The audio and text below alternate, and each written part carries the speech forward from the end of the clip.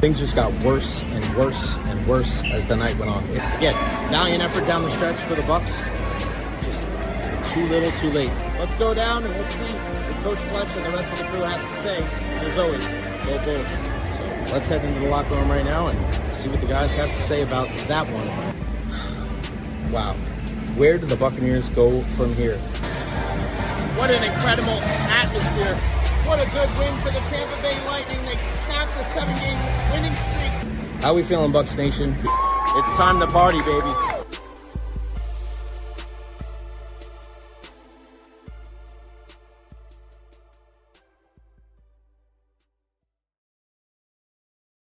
What is going on, everybody? Welcome to the Recher podcast here with you August 21st, 2025. Hope everybody is having a wonderful day, whether you're here in the Tampa Bay area or abroad. Make sure you follow me on all social media platforms.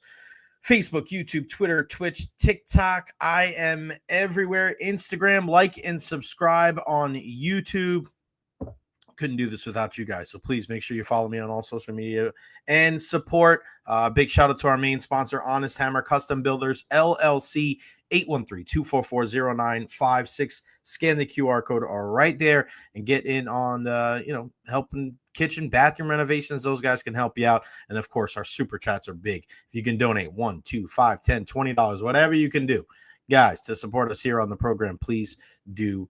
So plenty to get into on the show today. Some really great Buccaneers news when it comes to Chris Godwin. Scott Reynolds from Pewter Report is going to join us at 12:30 today. We'll talk some Florida Gators football at 1:30. Our guy Scott Carter is going to join us, FloridaGators.com. Let's see, what else are we going to talk about? Oh, yeah, I was at practice day over at One Buccaneer Place at the Avenhell Training Center. We heard from Head Coach Todd Bowles. We heard from Tez Johnson as well. We'll play some of that for you guys. Also, Parker Messick, our guy from the Tampa Bay area, Cleveland Guardians, makes his MLB debut yesterday for the Guardians against the Arizona Diamondbacks. Unbelievable performance from the young man from Plant City High School, the Florida State Seminole. So glad to see him do his thing. Also, the Rays, they're going to raise. It's just the way it goes every single time. And then lastly, a couple of examples of national media not knowing what the hell they are talking about. We'll get into that here on the program here momentarily. A big shout out to everybody on the program that is chiming in. I always want to hear from you. Questions, comments, concerns, feel free to put them there at the bottom of the screen. And if you ever want to join in on the conversation, here is the link in the chat. Click on it for you guys right here. StreamYard.com/VUNRWY9VBR. Click on that link right there in the chat, whether you're on your phone, whether you're on the laptop. You can contribute on the program any way you'd like. We're definitely welcoming those video chats on the program today. A big thank you to Benny being first today. DT, David Terry, number one source of Tampa Bay sports right here. Beat the hell out of that like button. You're right. Everybody right now, while you can, if you're watching on Facebook, on YouTube, on Twitter, kill that like button. Tap on that thing as many times as humanly possible. Also, make sure you hit that subscribe on the YouTube and hit that notifications bell so you know and you find out when we go live. Lady Evil in the house. Dolan, what's up, Jay and everyone? Godwin avoiding the POP list, and I guess the Bucs had to do that because Jalen going out. I don't know. It didn't really have anything to do with Jalen. It's just something for Chris. And again, we'll hear from Todd Bowles here in a minute. Carlos, Jay, thanks for the advice yesterday. Added Parker to my fantasy team, and he killed it. He certainly did. Lady Eva liked the Black Sabbath song. I'll let him know. Let him know. And then there she is, Karen Clemente. Hey, Jay, the best. Karen, I saw the before and after pictures. Girl is the blonde. I'm a big fan. Big fan of the blonde Karen there. You're gracing and aging like fine wine, my friend. Good stuff. Greg DeCruz there in Costa Rica. Just booked my accommodations in Tampa. 2 weeks, LFG. Oh, how great is that? Greg DeCruz, one of the biggest Buccaneer fans that we know down there in Costa Rica, coming up here to the Tampa Bay area. You know, he knows how to book it the right way to make it work and be here for as many games as humanly possible. Good for you, Greg. Nathan Elliott in the house. Hello, Tampa Bay. Jay Recher in the house. Nathan always chiming in with the all capital letters. He's screaming from the mountaintops. Really, really cool stuff. Hello, Jay Recher watchers too. Yeah, kill that like button, everybody. Kill that like button. And again, the super chats definitely help. $1, $2, $5, $10, $20, whatever you guys can do. Every little bit helps. All right. let's again, I don't want to talk about it, and then after the fact, we'll hear from Todd Bowles. What I want to do is I want to play the Todd Bowles press conference for you now, and then we will react to that because he kind of touches on a little bit of everything. So instead of me talking about something that Todd Bowles is going to say and play it after, we're going to play it right off the rip here. So here's head coach Todd Bowles from practice earlier on today, answering a multitude of questions, including the future. When are we going to see Chris Godwin this season? What about Tristan Wirfs? Here's head coach Todd Bowles. It's camp day, whatever it is. And we're working. That's really all it is. It's another camp day, getting better offensively and defensively. It's narrowing down. Guys got to perform on Saturday. Todd, can you speak to Chris Godwin's, possible availability? And I guess he's taken off the pup list. He's taken off the pup list, but he's got to get in football shape and everything else. So I wouldn't expect him to play early on. Is there a goal? Is there a week that would be the ideal return for him? No, just when he's ready. Just when he's ready. I mean, he's been out a long time. He's got to get in football shape. Tristan the same way, but they'll be off, and then we'll see how it goes going forward. Is the logic in putting Godwin on him so he can practice within the first 4 weeks of the season? Would you do the same with Wirfs? Would we expect Wirfs to be on the initial 53 as well? Yes. Coach, from your perspective, is it hard to find that happy medium between overworking your team and underworking your team? You can never underwork your team. We're going to work every day. Whether you call it over or under, if you're in shape, it's work. If you're not in shape, it's overwork. If you're lazy, it's underwork, and you won't be here long. Well, that's not a question for us. Are there any plans to do a scrimmage with the starters before the regular season? Absolutely not. Coach, we see at the start of practice every day, Sterling Shepard's kind of hanging around by the quarterbacks over there and just kind of helping out with it wherever he can. How does that kind of feed into the kind of success he's had with multiple quarterbacks over the last couple of years when he's been here? Well, he's performed well because he does that on the field, not because he hangs with the quarterbacks. But he's very smart, and he has opinions and advice, just like Mike and Chris does. He's a veteran receiver, so quarterbacks understand him, and they give him little nuances to work with, and he's very good that way, getting everybody on the same page. With practice out of the way ahead of Saturday, you have a better sense now in terms of what starters will play Saturday and specifically what it might look like. There will be no starters playing on Saturday. Coach, how did Rashad White look to you this week, and do you expect him to play on Saturday? They look fresh. He probably won't play on Saturday. Todd, you said you were going to have possibly a decision on Desmond Watson going forward. Have you made any decision on that? We're still discussing that, but we have some things in the works for him going forward.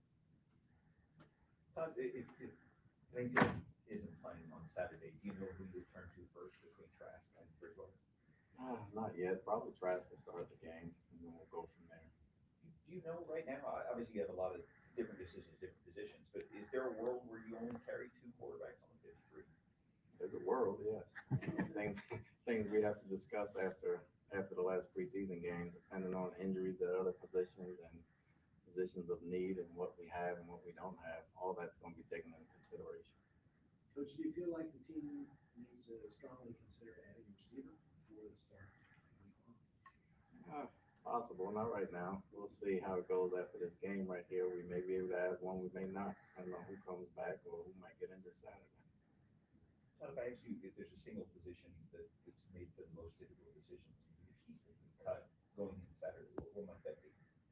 Honestly, they're all difficult. The hardest thing for a coach is to tell someone they can't play in the NFL. But position-wise, this has probably been a hard camp, and there's some position battles going on everywhere. Injuries play a part in those things as well. So every position right now almost is going to come down to injured and playing on Saturday. That's going to be a big key. Todd, I think we had asked you early last week about who of the pup list guys could come back. You did say Anthony Walker was close.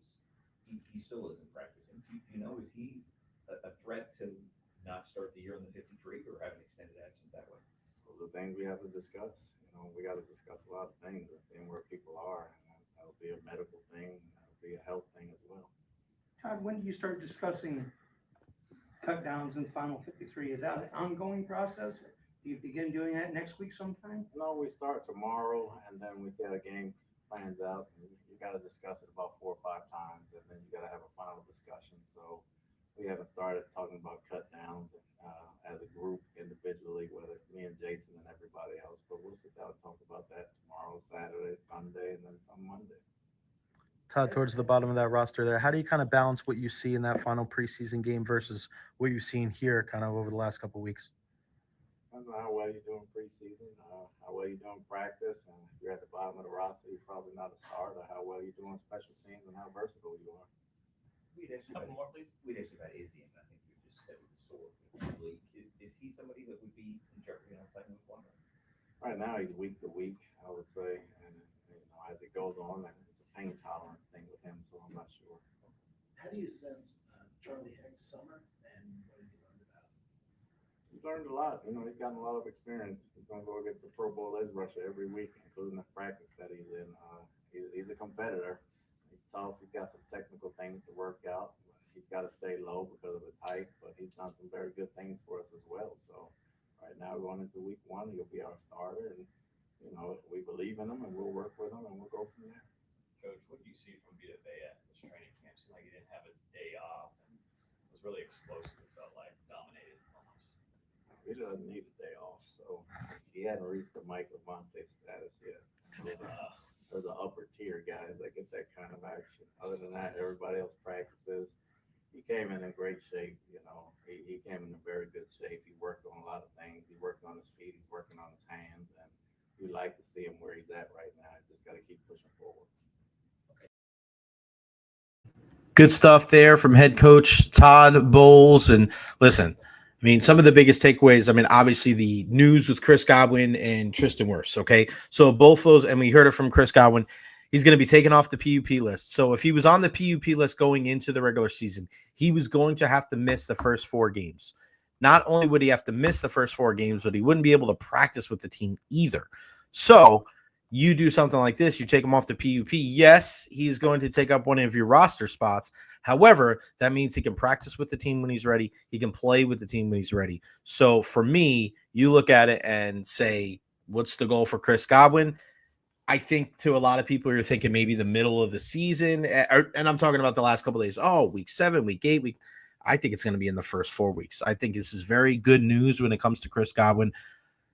Week 4, maybe. I think that's where you shoot for. You shoot for week 4, get Chris Godwin in there to really help out Baker Mayfield in the offense, I think a big thing. And then also what Todd Bowles had to say about Tristan Wirfs, saying that Tristan was the same thing. He's going to be on the 53. So will either one of those guys be ready for week 1? No, they're not going to be ready for week 1 against the Atlanta Falcons. But I mentioned this yesterday when we're talking about trying to read between the lines when it comes to injuries in the NFL, because you have to designate these players.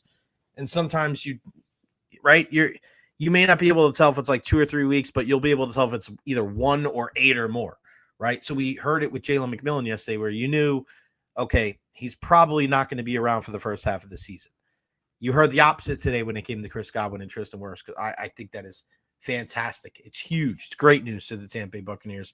And again, we'll talk about that with Scott Reynolds' Pewter Report at 12:30 today. And you look at it, Dave Velasquez was saying this yesterday on the program. Remember, CG trains behind the scenes, LFG brick by brick. Yeah, for sure. No doubt about it. Great thing to see and to hear. Bantry, week 3 at home, white creamsicle game. Bantry, I saw you hit me up on Facebook. I didn't get a chance to read that question. If you want to put it here, I'll answer it for you. Week 3 at home, white creamsicle game. Yeah, that I wouldn't hate that at all. But Chris, just take your time. Take your time. I know a lot of other people are very happy to hear what Todd Bowles had to say about playing the starters on Saturday. Are they going to do it? No, sir. They are not going to be playing the starters Saturday night against the Buffalo Bills. And from what it looks like Kyle Trask will get the start. Coach Bowles said probably when asked whether he was going to be in there with, the starters for the game, not necessarily the first string guys. So no Mike Evans, no Levante David, no really anybody else. Rachaad White, who we're a little worried about, with the bulky groin there. He's okay. He's okay. He's been out there. The bursts look good. And for when it comes to the Tampa Bay Buccaneers, right, you're going to see a lot of the backup running backs. So no Bucky, no Rachaad. Probably see some Sean Tucker, Owen Wright, some of those guys, which isn't the worst thing in the world. I like the clear, concise game plan from Todd Bowles, being very upfront and apparent and honest with the entire thing. I try to ask him about the whole Sterling Shepard thing today about, Sterling Shepard spending time with the quarterbacks, and he kind of crapped all over my question. And I wasn't saying that the only reason why Sterling Shepard was having success over the last couple of years with the quarterbacks is because he spends time with them. He just doesn't go and spend time with special teams. Like, he doesn't do punt coverage. He doesn't play special teams. So he's not with pretty much 95% of the team on one practice field. He's hanging out with Baker and Trask and Teddy and Basilak. And, today he was like doing the footwork drill and pretending like he was throwing the football. It was pretty funny. But I just think that his personality lends him to be successful. And Coach Todd Bowles said that if it's more about the work on the field and the discussions that he has those discussions at the beginning of practice, Todd. Like, it's part of the reason why he has been a good, solid professional, while he's still contributing to his team. He's going to make this roster some form or fashion because of his reliability. And we've seen his relationship with Baker Mayfield and how it's grown over the years, and how good he's looked with Kyle Trask in training camp or in the preseason. And last week he was a guy that looked like, hey, I'm ready to go, man. I am ready to go. Put me in there, coach. Really, really good stuff from him. I want to play Tez Johnson because you're starting to see more Tez Johnson, which is very, very exciting. And I just want to play the back half of Tez Johnson here because there was some interesting stuff with Tez when it came to Mike Evans. You guys are really going to like this. This is Tez Johnson from earlier today. He spoke. This is a guy that you could just tell. And Todd said it yesterday. He's like, this is a guy that needs to learn the playbook. And if he does that, he's going to be a factor. They're not going to really show their hand when it comes to like how big of a part he is going to be in the entire game plan. But we've seen him get the ball thrown his way a lot more the last couple of days since the Jalen McMillan injury. Here's Tez Johnson from after practice day at One Buck Place. And he did, and he caught it. And now he want post ball. So now he swear he's just a receiver now. So, I mean, it was always good to see that. He's big smile on his face. Now he's gonna be a receiver. I told him to grow a little taller. Tez, Coach Bowles said yesterday that you need to grasp the offense. How's that coming for you? Do you feel you're kind of far away, or what's that been like? No, I'm not far away at all. It's just little details that I gotta clean up. As far as just knowing the run scheme and how they blocking up front and stuff like that. Pass plays come to me very easy. It's just like the offense I came from. We run the ball not too much like at Oregon, but we always threw the ball, and all I did was just MDM block. Now I got to actually know the rules. So that's been a challenge for me, and trying to take on the role of, all right, this is the mic, this is what the lineman working to, this is my guy for this exact reason. Because it'll be sometimes I got to get a guy, and the running back is looking for me to get that guy so he can cut off my butt. So, yeah, I'm not far away at all. It's still a little rookie thing that I got to clean up. Look forward to it. Sorry, I know Brian McClendon likes to cross-train you guys to increase your versatility. What's home base for you right now? What position do you feel most comfortable at? And have you been cross-trained at all three or just two? I'm outside right now. I haven't played slot since I got here. So, I mean, I'm an outside guy right now, and my role changed from college to the NFL. So, whatever they want me to play, I'm going to do my best in my ability to go out there and help them in that aspect of the game. So, my thing is go out there, and whenever they tell me to do it, do it. So, is that mostly at X or Z or Z? Well, J-Mac playing that right now. Have you tried to add any weight in the summer, or are you still going in? I got up to 160. They got me up to 160. I got 160 one time. I can gain a little weight, so we can take that off. We can add a little more pounds compared to Des Watson. I ain't that small no more. I'm a little beefy. I'm getting there, but. So you added since the combine? Oh yeah, 100%. I've added since the combine. 100%. Has been around, now that you've been around Mike Evans, is there one thing at the top that you've really seen him do and look up to him now that you've been around Mike? His consistency. I've never seen a guy so consistent in my life other than my pops. He's so consistent. Like he comes in every day doing the exact same thing. He plays his little card game, go out into the training room, get his treatment, walk out on the field, do the exact same routine, go out, catch a one-hander, and take it for 30 yards to touchdown. Like you don't see no better than that. Like you see a guy like that, and you get to walk in the locker room with him every day. He's coaching you up. and you don't take it for granted. Like, he's one of those guys that you need to be around if you're a rookie. Like, he done it since a rookie. Like, you don't see nothing like that. It's rare. Like, only one other person did it, and it was Jerry Rice, I think. So I mean, he's by far a Hall of Famer, 100%. Now, his birthday today. Asked him, is he 50 years old yet today? Happy like happy. He's still young, man. He's still young. He's still kind of like a kid in the locker room. He's a brother. We love him to death. Him and Sterling Shepard, the same age, 32. Yeah. And both of them just like kids. Like, you love him to death. And, but like I said, happy birthday to Mike. Anything else? There you have it, our guy Tez Johnson. He just seems like he's not that he wasn't comfortable in front of the mic before, but just more comfortable dealing with the media and answering those questions. And before that video, and I know, make sure when you're listening to these videos, there's only so close we can get. Turn up that volume while you can.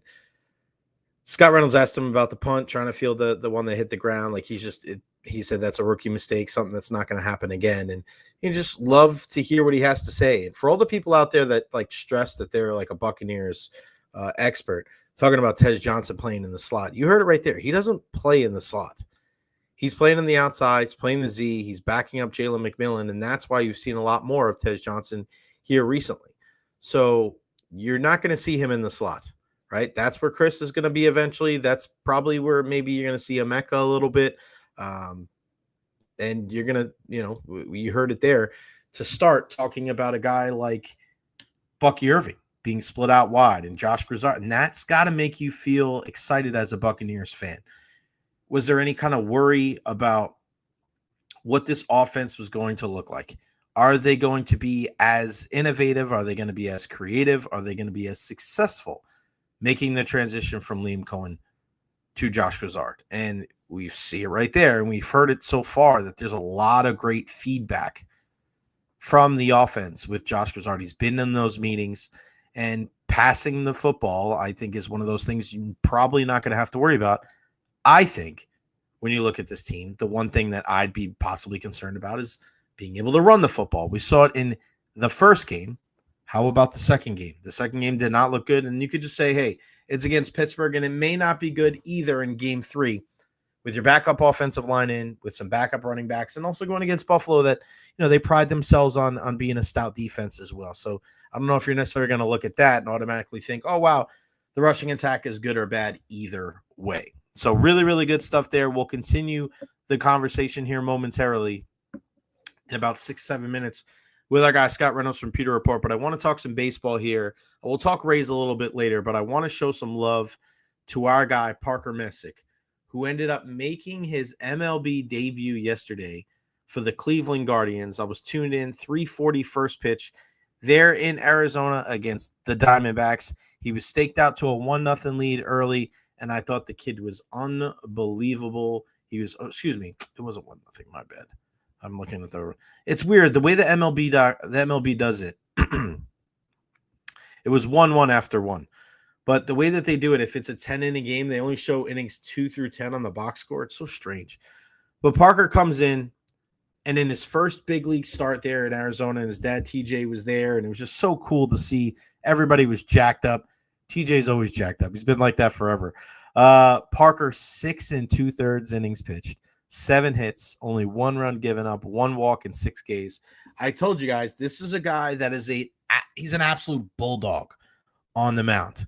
He's not going to go in there and be, nipping at the strike zone. He's not going to be afraid to attack. This guy rolls out of bed and attacks the strike zone.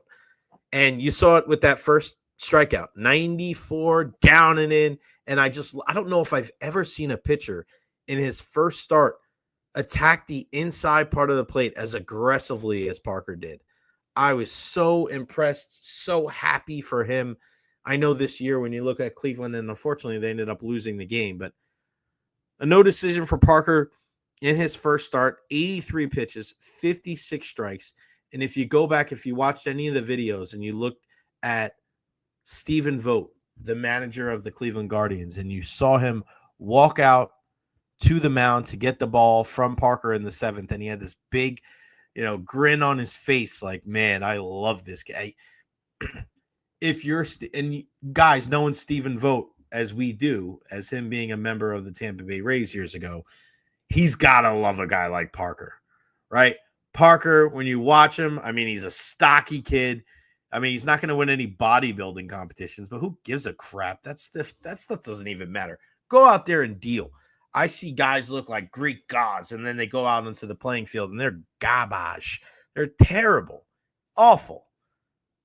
Baseball players especially, man. I love it. Just they come in all shapes and sizes. And Stephen Vogt was kind of that guy too, right? Stocky dude and never, going to be a freaking fitness and muscle. I don't even know the name, Muscle and Fitness magazine model. And Parker comes out and throws an absolute gem. So congratulations to Parker, TJ, the whole Messick family. It was just so nice to watch that. To watch a kid and to see him. And I posted the video yesterday on my Twitter.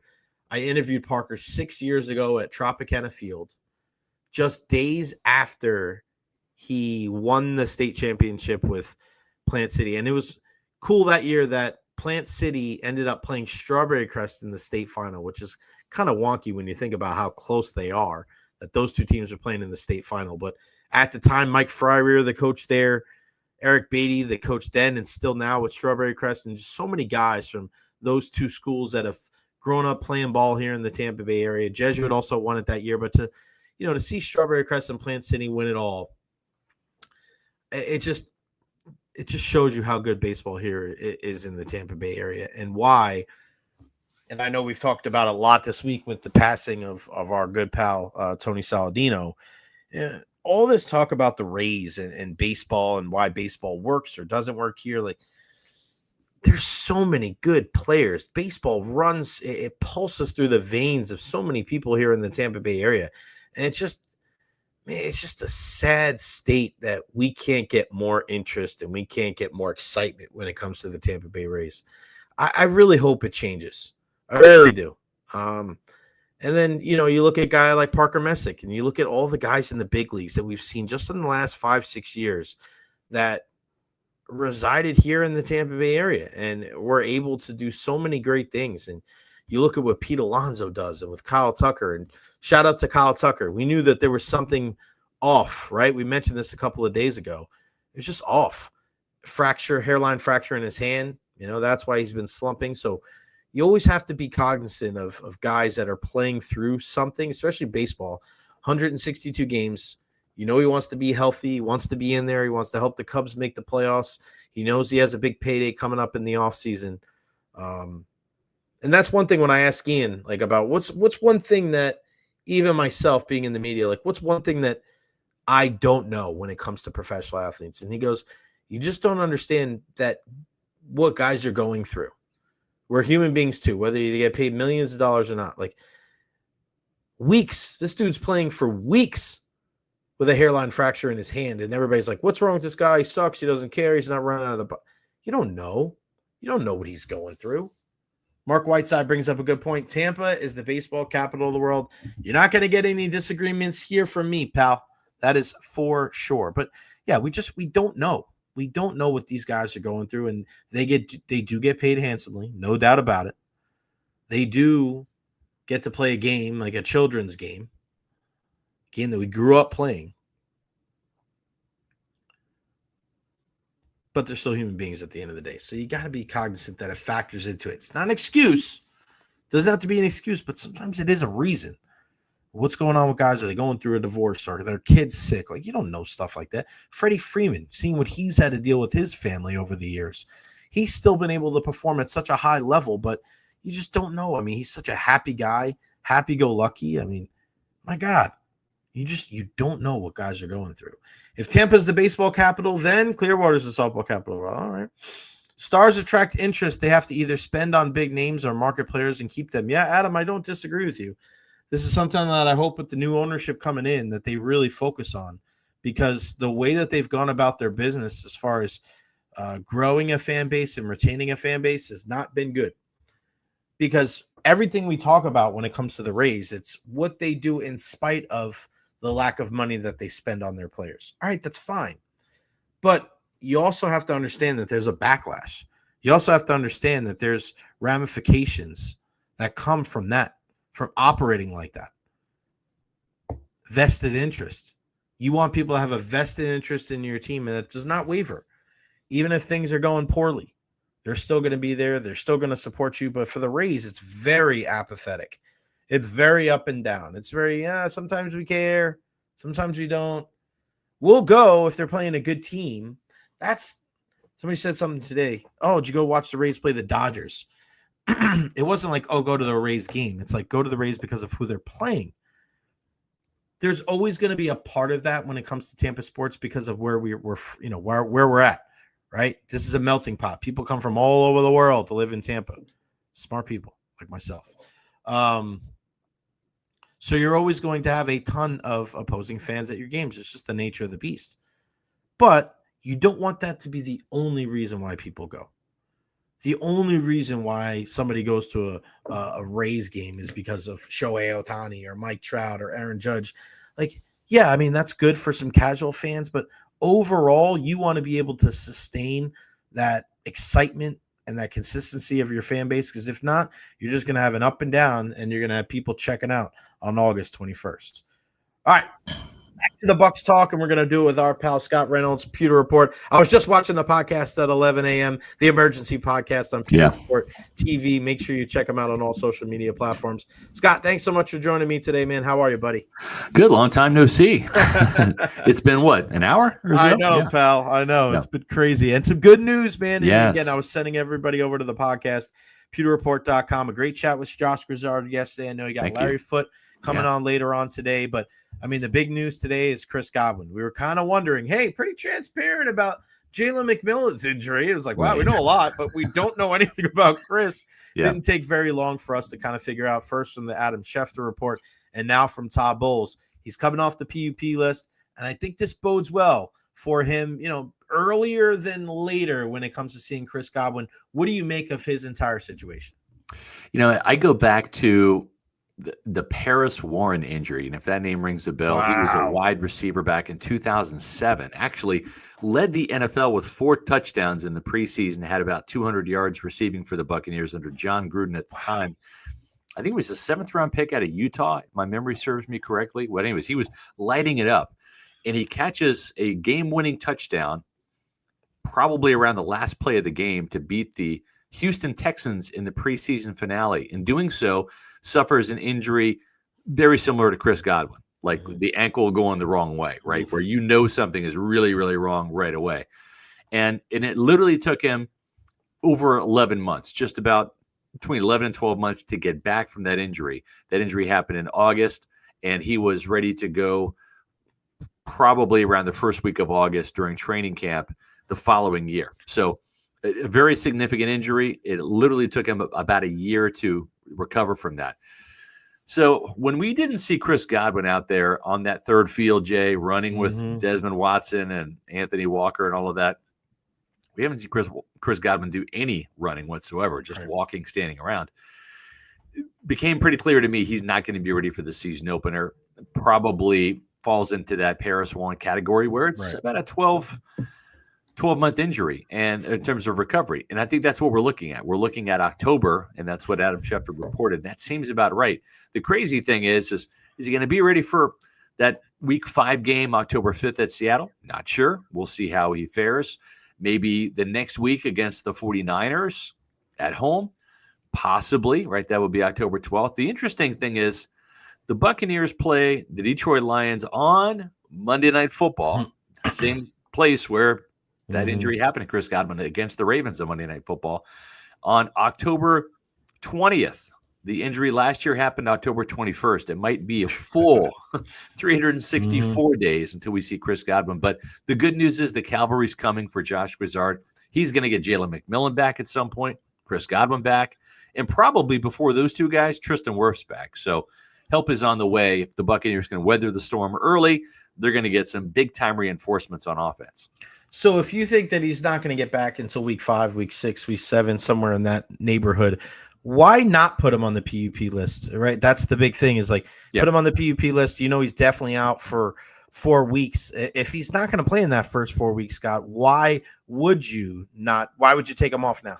That's a great question, because when you're on the PUP list during the active season, you can't partake in any practices. So it's not a practice thing. Yeah, Okay. it's not just missing the first 4 games. You can't practice with the team. Now, Chris Godwin, as we know from last year, I guess we'll call him Chris Godwin Jr. because that's what he's going by now. First 7 weeks of the season, he was one of the leading receivers in the NFL.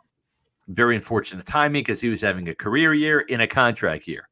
In the end, it didn't matter because this team believes in him and his ability to rehab and all of that. But the point I'm making is this is got a lot of carryover from Liam Cohen's system from last year. But to get that timing down again without playing football for pretty much a 11-month time frame, to get that chemistry back with Baker Mayfield, to be able to go out there and run and cut during a practice, that's important. It's not just you're going to walk out on the field 11, 12 months later and just, boom, be back to your old self. It's going to take some time for him to get into football shape. It's going to take some time for him to be on the field, getting chemistry with Baker Mayfield again, and that timing down. It's going to take some time to learn the new plays that Josh Grizzard has installed. He's been watching them from the sidelines now. He's been watching them on film, but to actually get on the grass and know where those spots to sit down in zone coverage on certain plays. This playbook, let's call it 80% carryover from last year, maybe 20% new. Chris has got to get up to speed. So those are some reasons why you want Chris Godwin on the field with the team, practicing and getting ready to get ramped up for whenever he returns, whether it's that Seahawks game, the 49ers game, or that Lions game on Monday night. So you mentioned Tristan Wirfs. I mean, he's another guy, and Todd was very poignant in saying, like, he's going to be on the 53. So what are we looking at when it comes to the return of Tristan Wirfs? It seems like it's probably going to be sooner than Chris. Yeah, no? I think so. Yeah. Probably not for week 1. You'd love to have him. I know this organization would love to have him for week 2. Monday night against the Houston Texans. Why? It doesn't seem like it's against a world-beating team, but the Texans were a playoff team last year. The big reason why, they have a pair of bookends that can get after the quarterback. Will Anderson Jr. on one side, Danielle Hunter on the other. Both those guys were double-digit sackers. So you want Tristan Wirfs back for that game if he can make it. But here's the thing. If he misses the first 4 games on PUP, he's going to miss the Falcons. He's going to miss the Texans. The Jets, right, they're not expected to do anything this year. But, again, they've got a pair of first-round pass rushers in Will McDonald the fourth, and Jermaine Johnson. Both those guys going to get after the quarterback. Yeah. So that presents a problem in week 3 is you love to have your all-pro tackle out there if you can. Even if Tristan Wirfs misses the first 3 weeks, but he's eligible to play for that, and let's say he gets medically cleared to play for that 4th game. That's the Philadelphia Eagles. That's a game that you have to have because that might determine playoff seeding. That might be the determining factor whether the Bucs win the NFC South or make the playoffs as a wild card, or the playoff seeding. Are they going to be one of the upper echelon seeds, right? Does that maybe playoff rematch between the Eagles and the Bucs, does that determine where that game is in Philly or Tampa, right? So that's why they're going to try to keep Tristan Wirfs off the PUP list, is even if he's only back for that Eagles game, that's 1 out of 17 games. That's significant. I'm guessing maybe week 2 or 3 for Tristan, but we still have to see him on the field and getting back into football shape. There is that ramp-up time that you have to have too. And now we're 17 days away from the home opener. I'm not expecting him there, but maybe week 3 or 4. And I think that the best case scenario would be week 2. But in order for that to happen, Tristan's got to be on the field practicing sooner rather than later. And then how about Jalen McMillan? I mean, it was just kind of crazy, with him and seeing the neck injury. And I was kind of denoting this before. It's one thing when you're saying to certain guys, like, all right, we're looking at the front half of the schedule. Yesterday, Todd was like, yeah, it's going to be a while. We're lucky that it's not a career ender. When you say that, it's not like, oh, he's week to week. This is going to be a little bit. Do we think, is there any chance that Jalen McMillan doesn't play this year?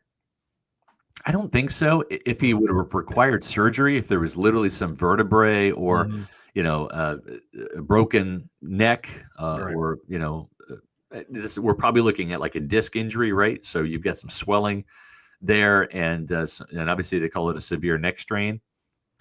So the swelling has to go down. Then you've got to get the mobility back in the neck, and then you've got to literally feel good because you're doing running and cutting and you're moving your head and all of that. So it's going to take some time. I think the earliest best case scenario would be kind of coming back in concert in October with Chris Godwin, but it might be a thing too where they're going to see how this plays out. And if Chris Godwin returns and you have Emeka Egbuka, let's say Mike Evans stays healthy, knock on wood, and you've got those three. Oh, and by the way, you still have Sterling Shepard. You still have Tez Johnson. They may not be in a situation where they want to rush Jalen McMillan back on the field, and they want to let him get as close to 100% as possible because, again, you're going to have a guy that's going to come with fresh legs, that's going to know this system and know this scheme. And if you do have an injury with the top three, McMillan can step in like he did last year, and you know what you're going to get. You're going to get a playmaker, a touchdown producer. So that might be a little bit of a trump card that you play later in the year, and you don't rush him to come back. Now, if there are some injuries, and maybe a 70% Jalen McMillan is better than a 100% Ryan Miller or Trey Palmer, and you get him out there a little sooner. But everybody's neck injury is different. We've seen Jason Pierre-Paul return in season from a neck injury he sustained from a car accident right back in 2019 and didn't really have many ill effects from that. A neck injury ended Mike Allstott's illustrious career in Tampa. A neck injury meant John Lynch failed his physical in Tampa, but yet he still ended up playing 4 or 5 more seasons with the Broncos and going to Pro Bowls. So it's so hard to determine with the neck injury and everything that it entails, from movement to can you take a hit on that neck without it recoiling again? And let's face it, I mean, can you go out there at full speed and run, or does that pain inhibit you from hitting that extra gear, right? So there's a lot that entails recovering from a neck injury, and we'll just have to see. We'll probably know more in a couple of weeks about how that swelling has gone down, the movement, the range of motion that McMillan has, and that'll give us a better indicator of exactly how long he's going to be out. Scott, were you surprised about what Tez Johnson said today when he answered your question about the position he was playing? Because I think from the outside, and I don't know if you get this, but I've heard multiple people say, well, Tez Johnson, he's like this scat back guy. He's quicker, on the field than he was at the combine. Granted, put him in the slot, he's going to do great things. And then we hear today he's not playing the slot; he's playing on the outside. Yeah, that surprised you at all? Because you just because you look at certain things, and like I said, I've heard people saying, I'm like, I don't think that's his spot. But I mean, as far as where he is in this offense, the last couple of days in practice, they're not going to admit it, but he's getting the ball a lot more in practice the last 2 or 3 days. But what kind of factor is he going to be? Well, he's playing that Jalen McMillan flanker position, the Z receiver position, and then he's kind of cross-training at the X, which is the split end. So he's playing the outside receiver positions, and that's pretty much where he did his damage at Oregon in terms of winning some of those one-on-ones. Now, the Oregon slot is different than the we'll call it the Liam Cohen / Josh Grizzard slot, right? The imported LA Rams offense. So when you think about the slot position with Sean McVay, you think bigger bodied slot guys. You think Cooper Kupp back in the day and Puka Nacua now. Those are 6'2", 205, 210, 215 pound guys. And that's why Chris Godwin was so effective in the slot last year. Godwin just thrives in there because he's a bigger body that can get the yards after the catch. He's physical enough to kind of bang and get some free releases from linebackers underneath in zone coverage and safeties that come up on top of him. And he's fast enough to beat some of the nickel corners that he will go against in the slot. And that's why Emeka Egbuka is so important. At 6'1", 205, he's got the bigger body that you need to go across the middle. And keep in mind, Mike Evans last year played more in the slot last year than he ever did any other time in his career because, again, you're seeing more and more teams with that LA Rams-based offense use bigger receivers in the slot for that reason, to create some of those mismatches. That's why Drake London in Atlanta plays so much in the slot, because Zach Robinson also came from that Sean McVay coaching tree. So when you have a smaller receiver like a Tez Johnson at barely 6 foot, barely 160 pounds, he's better suited outside in this offense. So it's not like the traditional Wes Welker, Danny Amendola, Julian Edelman, yep. Julian Edelman, Patriots slot, or like Adam Humphrey played the slot back Right. in the Dirk Cutter days, right? It's a little bit of a different player. You need to be able to block. It's very similar to how Chris Godwin played in the slot in the Bruce Arians offense. You do a lot of the dirty work, the physical work there. It's just that with Arians' scheme, it was more of a vertical attack from the slot. We think Rob Gronkowski playing tight end. Think Chris Godwin, a little bit more vertical. This is a little bit more crossers across the middle, getting yards after catch. Instead of being a 17-yard catch, you're getting 17 yards with a 7-yard catch and then running 10 yards after the catch. That's kind of conceptually how it is. So Tez Johnson really doesn't fit in the slot so much because of the lack of size, but on the outside, he can still do a lot of things. And remember, we've seen an awful lot. We've even seen it in the preseason games. A lot of wide receiver screen stuff to the outside. Yeah. That's where Tez Johnson can really be effective too. Getting the ball in his hands, he's slippery and elusive. And even for a bigger receiver like Ryan Miller, 6'2", 220, he can still make you miss. Garrett Green has also functioned well outside on some of those wide receiver screen passes.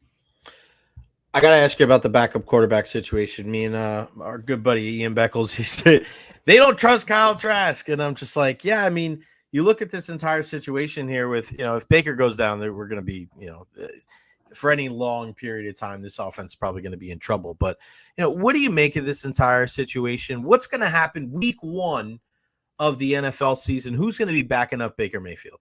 I think it's going to be Kyle Trask, and Baker Mayfield will be obviously your starter. They've bubble wrapped him in the preseason, which is smart. I wouldn't even have him stand on the sidelines, to be honest. Exactly.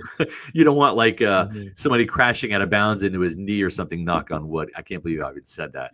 Sorry, we both knocked on wood. Yeah, I'm knocking, folks. I'm knocking. But I think it's going to be Kyle Trask. You have to remember a couple of things. This is year 2 in this offense for Kyle Trask. He knows the offense. He has the entire catalog of what Josh Grizzard wants to do and what Liam Cohen did last year up here in the noggin. He's got the rapport and the chemistry with throwing to every single receiver on this team, from Mike Evans and Chris Godwin all the way down to the guys that might end up on the practice squad, right? He looked good when he had Emeka Egbuka and Jalen McMillan in that first preseason game. And then Todd Bowles decided to give those guys to Teddy Bridgewater, and guess what? He looked good too. Probably even better because he had the starting offensive line in front of him. We're going to see a more fair fight, I think, right, on Saturday night against Buffalo. Yeah. Starting offensive line is not going to play. Both these guys are going to have the backup offensive line. They're going to have the guys fighting for wide receiver 6. They're going to have guys fighting for the practice squad, those wide receivers. That's going to be the collection of talent they're going to have. So I don't think you're going to have a situation where Teddy Bridgewater had all of the elite weapons at his disposal outside of Mike on Saturday night against Pittsburgh, and all of a sudden Kyle Trask didn't. That was a big disparity. Now it's going to be more of a fair fight, and we'll see who wins. But Teddy Bridgewater, my guess is from a roster construction standpoint, probably starts on the practice squad with the wink and a nod deal. We're going to cut you. We're going to re-sign you to the practice squad. Keep in mind, vested veterans, if they're on the active roster week 1, their entire 2025 salary is guaranteed. Their base salary guaranteed for the season, as long as they're on an NFL roster for week 1. You might even see Sterling Shepard on the practice squad for week 1. Remember, they can elevate Sterling Shepard for week 1 as well. He could be on the practice squad. They kind of have that little salary cap maneuver that they do, and Sterling Shepard could be wide receiver 3 in Atlanta week 1, and that's probably my guess is what's going to happen. Same with Bridgewater. Yeah. He could be on week 3. He could be elevated up to 3 times during the season. And then if something happens to Baker Mayfield, then Teddy Bridgewater will be signed to the active roster, because then Mayfield would be inactive for a game or, 2 or 3, whatever. And then the Bucs have the option. I think Todd Bowles and Jason Light have said enough positive things about Kyle Trask over the years. They genuinely like him. They trust him. And I think Kyle Trask could get you out of a game. But the difference is, let's say Baker sprains a shoulder, sprains a knee or something, sprains an ankle. It's going to be out 2 to 4 weeks. Then I think the whole situation with the backup quarterback situation gets recalibrated, and they say, okay, this does not get you out of a game. This is 2, 3, 4 games. Right. Which quarterback gives us the best chance of winning. In that situation, then I think it's Teddy Bridgewater because he's got, 60 games under his belt in terms of being a starter. Kyle Trask, he had every single snap he's taken in a regular season game. I don't think it's a full half yet. So that's how I think it plays out. Your de facto backup is Kyle Trask to start the season. Hopefully, we're not even talking backup quarterbacks at all this year, Jay. The Baker Mayfield follows the same suit as Tom Brady did. Never misses a start. But if that does happen, I think Teddy Bridgewater probably would be trusted on in that situation to step in and be the starter with Kyle as the backup. On the other side of the ball, you guys at Pewter Report have been all over JJ Roberts for months. It's just so sad to see the kid, go down. He's gonna. Yeah, I saw David Walker walking into the facility today as I was leaving, and it's just your heart goes out to these two kids. I know. Probably would have made the roster. Made the team. Both they definitely would have made the team, and it just sucks for them. And it's two new players you're going to get next year that can contribute in the safety spot and also as a pass rusher. But what about the safety position? A lot of people ask about, and I got to ask you before I let you go, Shiloh Sanders and Dez Watson. I mean, these are the two guys that, these are the two most intriguing. They're popular players. They are. I mean, the Bucs have the two most intriguing undrafted free agents, both on their team. What do you make of Shiloh? Does he has a better chance of making the 53? Is he purely practice squad? Really in your eyes? And then Dez Watson. I mean, Todd was asked about him today, and I don't see like what's the end game with Dez Watson. I think with Dez Watson, it's just maybe a redshirt year. It's getting him ready for next training camp. It's getting him down. He's got to be under 400 pounds, I think, in order for the team to consider playing him. You got to remember, even at 380, he is morbidly obese, and I'm not picking on him. That is It is a technical clinical term that is totally appropriate. I mean, the team runs a risk, and you have to go way back in the day. But Corey Stringer, who was a starting left tackle for the Minnesota Vikings, died of heat stroke, of having too much body fat, and he literally burned from the inside because of heat stroke during training camp. And so I think Tampa Bay has been very prudent with that. Did he practice in the spring? Absolutely. Yeah, he did that during OTAs. He was out there. That's flag football. There's a big difference between that and training camp. When you wake up in May and early June for the OTAs, your feels like temperature is about 80 degrees, right? It gets hotter later in the day, sure. Different story training camp, Jay. You walk outside and you're soaked from the sweat and the humidity. So I think they're going to redshirt him this year, essentially. I believe they can keep him on the NFI list for as long as they want, the non-football illness list. That's where he started, so he's not going to count against the team. He hasn't done anything to claim a practice squad spot. And there's too many good defensive tackles on this team that have earned the right in preseason and training camp to get on the practice squad. So I think the only thing that they could do would be to keep him on the NFI if that's possible. Otherwise, this is an experiment that will continue throughout the year. And in my opinion, he's got to get probably around 380, which honestly, that was where he was. He left Armwood High School to go to Florida. Right. Usually the heavier set kids, they go to college, they lose weight. He actually gained 60 pounds, 80 pounds in college. It was crazy to go from 380 to 464. That's not healthy. That's not good. So I think the Bucs have done the right thing there. And then what was your other question? Shiloh Sanders. The only thing he's done enough to make the team yet. He's missed 3 tackles in 2 games. I've always thought he's a practice squad player, and we'll see. He's got to become a more sure tackler. He kind of goes for the kill shot too many times. It's great when you force a fumble, but it's not good when you miss. And so we've seen 3 forced fumbles. We haven't seen the splash plays to negate that. We haven't seen the interceptions, the pass breakups, the sacks. It's one thing to come in on a naked blitz and hit the quarterback, but make a sack. It's better, right? Force a fumble, recover a fumble, scoop and score. That's what this team is looking for. That's why, Antonio Greer Jr. had to make that interception to stay in the mix, because the 2 new guys they brought in, John Bullock and Nick Jackson, have both splashed in both preseason games. Greer had to do something to like still be in the conversation heading into week 3. Rashad Wisdom, who was on the practice squad last year at safety, he was pressed into playing nickel corner. Todd Bowles said, hey, I like that. You actually played pretty well at nickel corner, so you can play free safety, strong safety, and now nickel corner. That helps your cause a little bit. Kayvon Merriweather has had 2 interceptions during training camp, 4 tackles to lead the team last week. He's got 2 years worth of experience on the field in Todd Bowles' defense. That gives him a leg up. Where Shiloh Sanders only plays strong and free safety. So Shiloh's got to do something to catch this team's attention, make a splash play or 2. Otherwise, probably practice squad for Shiloh.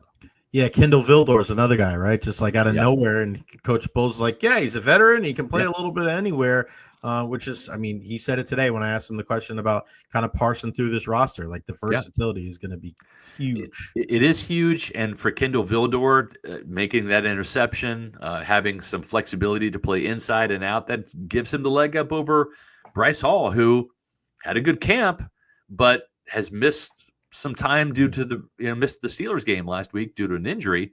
He's got to come back and really show that he can make some plays at cornerback. Otherwise, I'll tell you what, this is a really, really talented roster, Jay. When you come into training camp, you and I could have sat down and said, here's 20 guys on offense we know are making the team. Right. Here are 20 guys on defense we know are making this team. Then you got the 3 specialists, right? That's 43 guys that day one of camp are going to be on the 53. That leaves 10 guys that you're using training camp to find. 10. And now probably 12 because Walker's gone, right? And J.J. Roberts, those guys were going to make it. So now you're trying to find 12 guys that will comprise your 53. Whereas a team like Tennessee that came in for the joint practice in that first preseason game, worst team in the league, new coaching staff, new quarterback, they probably go into this training camp saying, we got 20 guys that we know are going to be on this team. That means they got to find 33 players in training camp. That's the difference between the haves and the have-nots. The Bucs are certainly the haves. But what also that does is, okay, fine, you got to find 12 guys to make this 53. But here's the thing. This is a really talented 90-man training camp roster. This practice squad might be the most talented practice squad with guys that will be future call-up guys. Maybe Garrett Green, keep an eye on that guy. Yeah. He might be wide receiver 5 or 6 next year after learning how to play wide receiver from transitioning from quarterback, right? So I like the talent so much in Tampa Bay that whoever sticks for this practice squad, I mean, like it might be John Bullock making the practice squad and Nick Jackson on the 53. John Bullock might be a guy that replaces Deion Jones or Anthony Walker Jr. next year and makes the 53. So a lot of talent in this game Saturday night. And a lot of these guys, they don't make the team. They're still going to stick around Tampa Bay. No doubt about it. You are a have if you follow our friends at Pewter Report. If you're not, you're a have not. PewterReport.com, Pewter Report TV, 6 o'clock tonight. Make sure you're tuned in, guys. Yeah, they're chatting with Larry Foote. We'll see if Larry Foote is going to be wearing the shells like crazy. That's a crazy son of a gun, man. Yeah. It's so cool. I love watching that guy do his thing.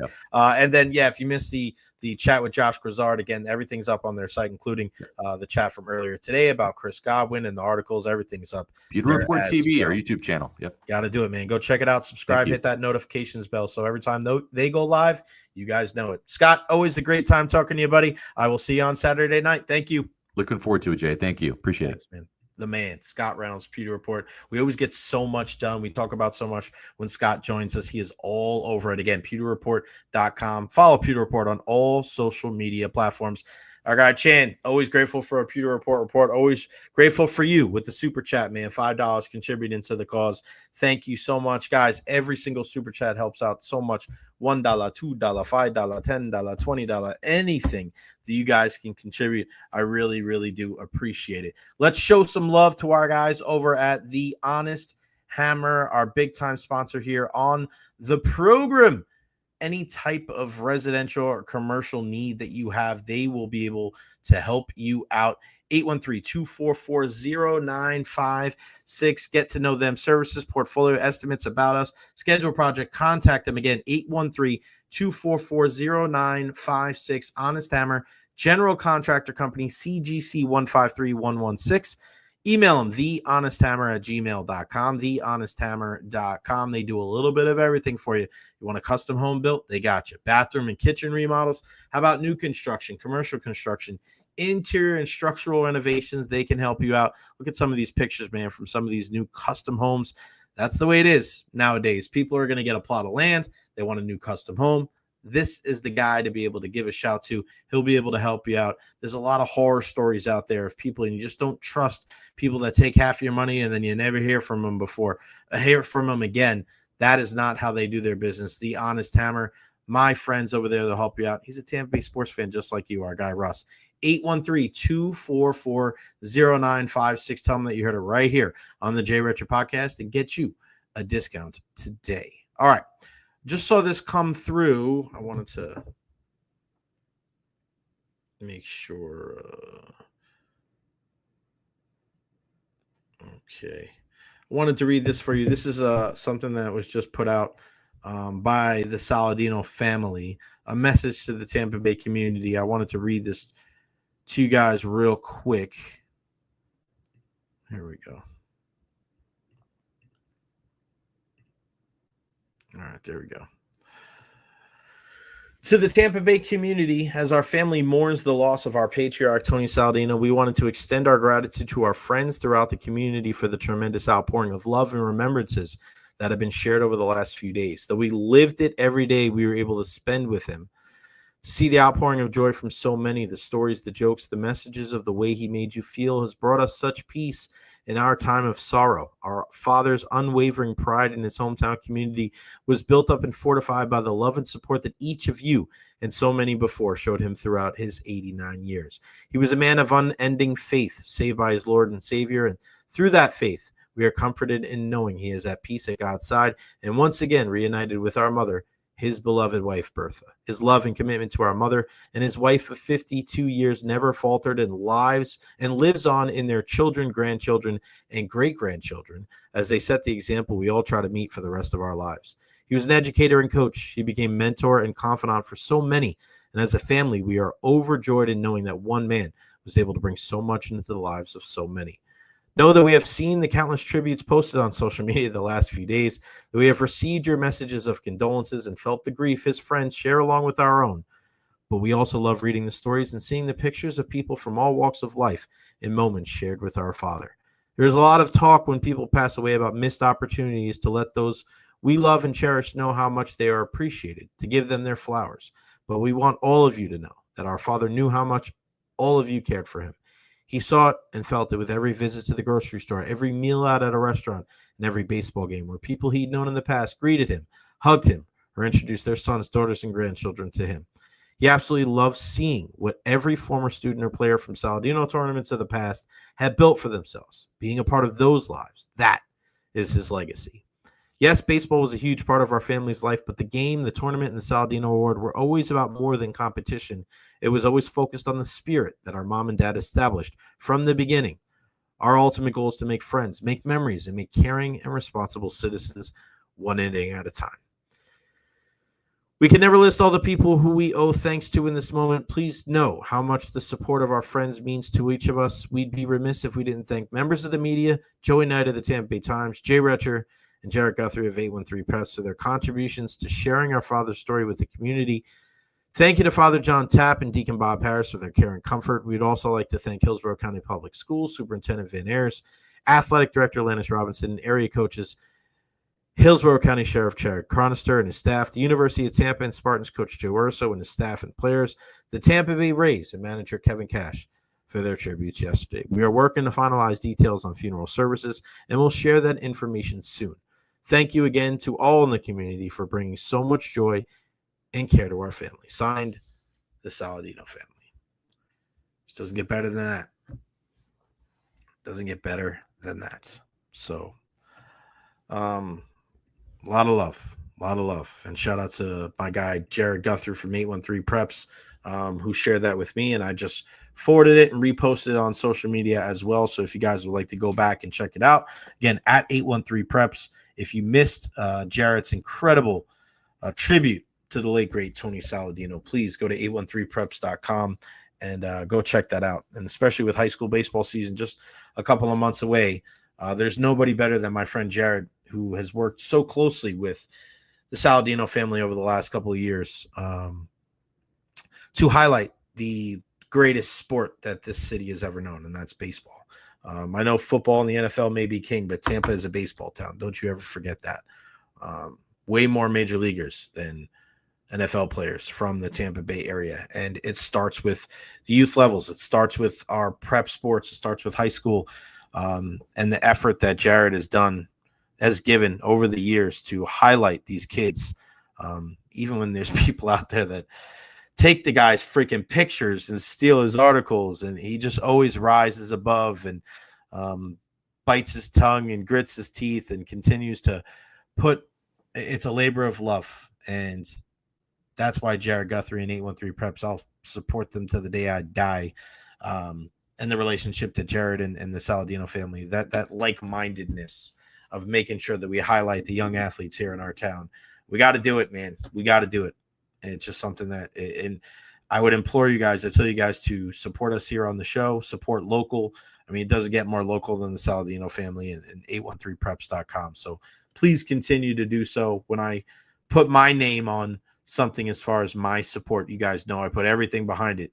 And again, the Saladinos, 813 Preps, those are that's when friends become family, and we will support them forever. And I hope you do too. All right, I wanted to talk about this. This is fun. There's just more and more examples recently of national media not knowing what the hell they're talking about. And I mean, we mentioned this on the Beckles and Recher podcast yesterday. If you missed it, you can go back and check it out. But what we saw last week when Drewski, famed internet sensation now, he was on, I think it was First Take, something on ESPN, and Monica McNutt looked at his blue jersey it was on backwards, but it said Sanders on it with the number 20. And everybody and their mother that has any kind of clue about the NFL knows that that's Barry Sanders, arguably the greatest running back of all time, not Shedeur Sanders, like she said. I've never been a big Monica McNutt fan. And listen, when I hope you guys know, and I say this a lot, when I critique people or when I don't necessarily care for somebody, has nothing to do about their gender, has nothing to do about their race. It doesn't matter. If you're good, you're good. If you're bad, you're bad. It is what it is. Call a spade a spade. I'm always going to do that, regardless of what your race and your gender is. I don't care. I think when you do stuff like that and you change your mind on how you feel about people just based on these two things like that, we should be judged by the merit, our character, our knowledge, our experience, right? If you were hired by ESPN, which for such a long time was the cream of the crop, the top of the top, the best of the best. I mean, if you are on a nationally televised show and you don't know who Barry Sanders is, this isn't a slip of the tongue. Those happen. This isn't like you forget something on the spot. Like, it's literally staring at you right in the face, right? This is like Smalls in Sandlot not knowing who Babe Ruth was. Like, it's the same thing. You got to know who Barry Sanders is. It's not some obscure guy. This is an absolute legend, one of the greatest NFL players of all time. It's not the same color. It's not the same number. Incredibly embarrassing. I don't know how people come back from that. That's bad. Bad. But she's not the only one with egg on her face this week. I mean, Rich Eisen, I know recently our pal Eric Hoffman, Joe Bucs fan, said something about that of like, he's talking smack about Hassan Reddick. He's upset. He's upset with Hassan Reddick and what happened last year. I don't quite understand how people don't get what happened with Hassan Reddick last year. Time and time again, we have to have this conversation with Hassan Reddick. And people are worried. If you're still worried about Hassan Reddick performing for the Tampa Bay Buccaneers, I don't know what else to tell you. You're just focused on the negative. You're focused on the things that just, you can't live your life like that. Going outside every day, worrying that there's a black cloud above you. Hassan Reddick, let it be known that he wanted to sign a long-term deal or he wanted to get paid, right? Philadelphia said, we're not going to do that. And he goes, okay, trade me. Everybody and their mother before he got traded knew what he wanted. So if you were a team that's going to trade him, and we've seen this in the past, I mean, I think about Roquan Smith. Wanted a long-term deal with the Chicago Bears. They didn't give it to him. Traded to Baltimore. They signed him right away to a long-term deal. This happens all the time in sports. Toronto Maple Leafs didn't want to sign Mitch Marner to a long-term deal. Boom, he goes to Vegas, long-term deal. Bada bing, bada boom. Realest guy in the room. How you doing? Like, this is not new. The Jets dumbasses traded for him. They can't get a deal done, and they wonder why it didn't work out. They are one of the biggest dumpster fires in all of professional sports.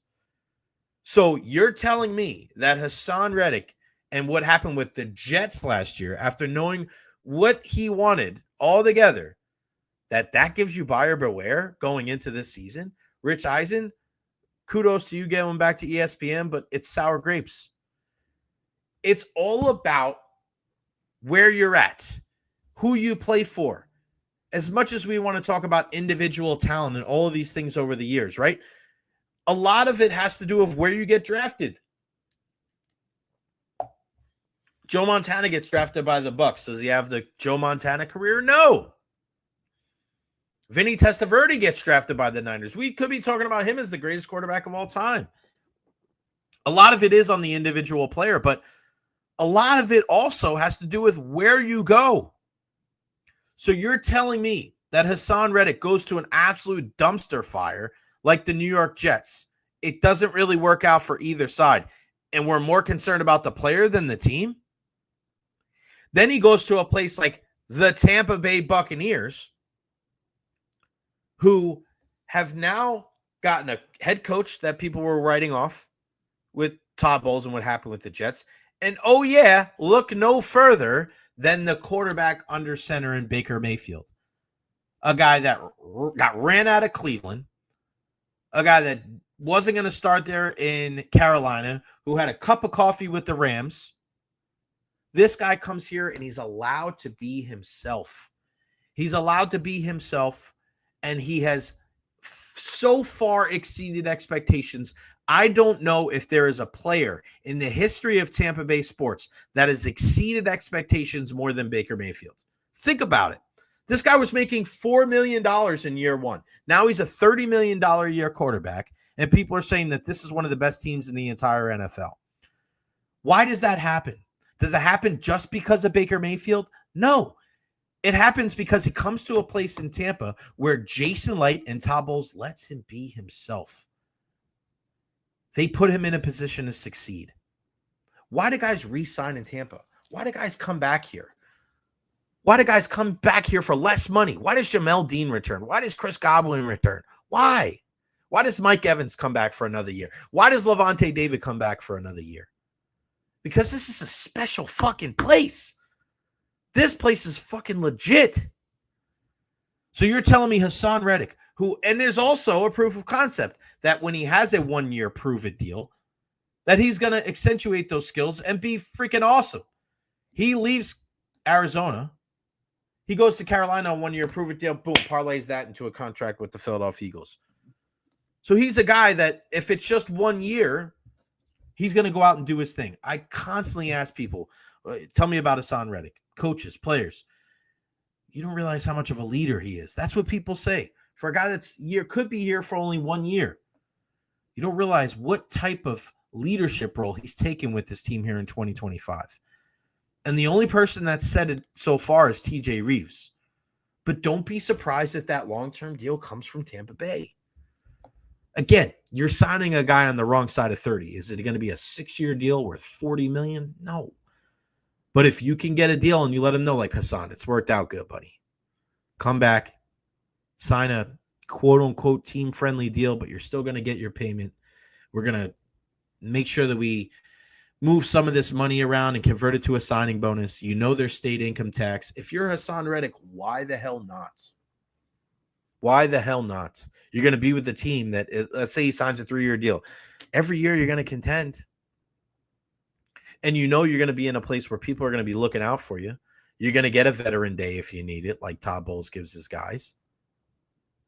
There's just so many good things. And I was talking to a member of the Buccaneers today, one of the Buccaneers organization today. And he was just telling me, he's like, Jay, this is like such a great group of guys to work with. Like, you don't worry about all the bullshit. You don't worry about people going the wrong way. And, we got to get a phone call late at night. And Casey Phillips joined our program yesterday, the Buccaneers team reporter. And it was one of my favorite interviews that we've done so far on the Jay Recher podcast, because I thought she nailed it. She hit it out of the park. And I asked her a lot of questions about the people. Forget the players, the people within the Tampa Bay organization, the Teddy Bridgewaters, the Todd Bowles, not Toddy Bowles, Teddy Bridgewater, Todd Bowles, Jason Lichtman, the kind of people they are. That's a championship type of mentality when it comes to surrounding yourself with the right people. We talked about the article with Dan Pompei in the Athletic and the mistakes that Jason Licht brought in, with bringing in Anthony Collins and Michael Johnson and Deshaun Jackson and Devin White and guys like that. Those mistakes aren't being made now. Just think about the people that are here. I think Hassan Reddick is going to crush it for the Buccaneers this year. I think he's going to have a fantastic year. And then finally, Colin Cowherd, who's got connections with the Tampa Bay area, doesn't even have the Bucs in his top 12 teams. And Colin has said this for many years. I don't care if I'm right or wrong. I just want to be entertaining. All right, well, I think you're going to be wrong and you're going to be shit out of luck, because you can't possibly tell me that you're looking at a team like the Chargers and you're looking at a team like the Packers, and you honestly think those teams are better than the Bucs. This ain't bias. This is real talk. Look at the players they're bringing back. Top 5 in pass yards per game. Top 5 in rushing yards per game. A defense that has gotten exponentially better. Even if 6 of the 12 things that they did work out, they're still going to be better than last year. The aforementioned Hassan Reddick. You invested draft capital into Roberts and Parrish and Benjamin Morrison, and these undrafted free agents at the tight end spot look phenomenal. You move Tyke Smith in a place where you're going to accentuate his strengths. That tag team with him and Antoine Winfield Jr. should be one of the best safety duos in the league. Zion looks to be getting better. Oh, yeah, you have Vita Vea and Yaya Diaby and Logan Hall, who was fantastic today, and Kalijah Kancey. Like, what are we missing here? We're not missing anything. But once again, the national media is missing out on what's going on here in the Tampa Bay area. It's some big names, too. And you listen to Pete Prisco go on CBS. You listen to Gerald McCoy give the Buccaneers love. You listen to Chase Daniel and Jason Kelsey. And there's more and more people looking at the Tampa Bay area and looking at the Buccaneers going, that's probably a Super Bowl contender. And it's probably a Super Bowl contender that not enough people are talking about. So when you hear some of these big names like a Colin Cowherd not even have the Buccaneers in their top 12, it just shows you, as much as there is love for the Tampa Bay Buccaneers, it's not 100%. The jury's still out. There's still a belief that there's room to grow, and there's people still not buying what the Buccaneers are selling. And I would say it's sad, but who cares if it's sad? Just do the job. All right, some breaking news when it comes to the baseball world. The Tampa Bay Rays are calling up shortstop Carson Williams. Hold on, let me.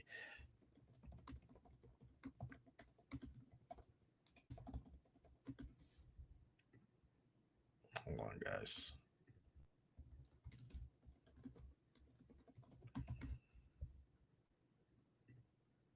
All right, guys. And here it is.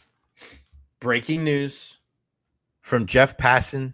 Greg Allman just reposted it. I'm sure you're going to hear from our guy, Mark Topkin. The Tampa Bay Rays are calling up shortstop Carson Williams, the number 24 prospect in all of baseball. Sources tell ESPN Williams has an elite glove and serious power and projects to be the long-term starter in one of the best young left sides of the infield in baseball. Obviously, he's alluding to Junior Caminero playing third base and Carson Williams. The future for the Tampa Bay Rays starts now.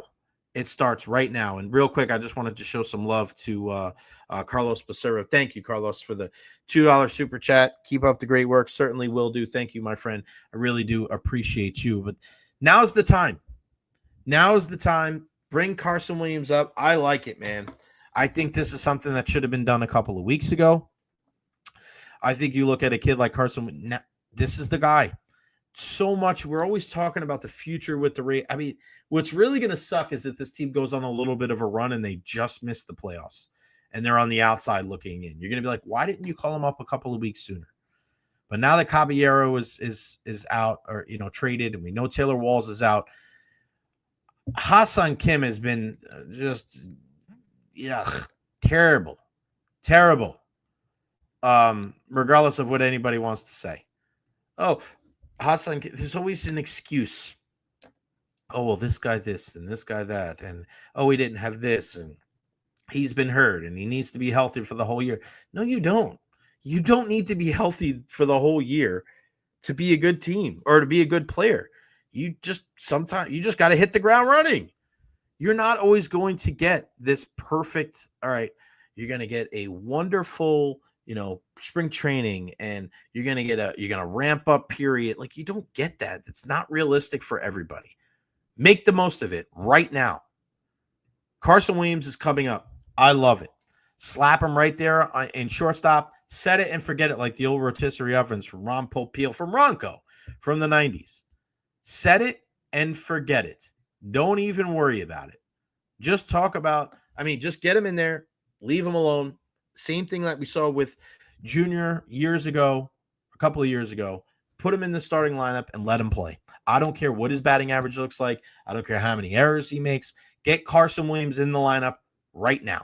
Keep him in the lineup and run. I mean, it sucks to not have Jonathan Aranda. Bob Seymour needs to be hitting every day with the power that he has.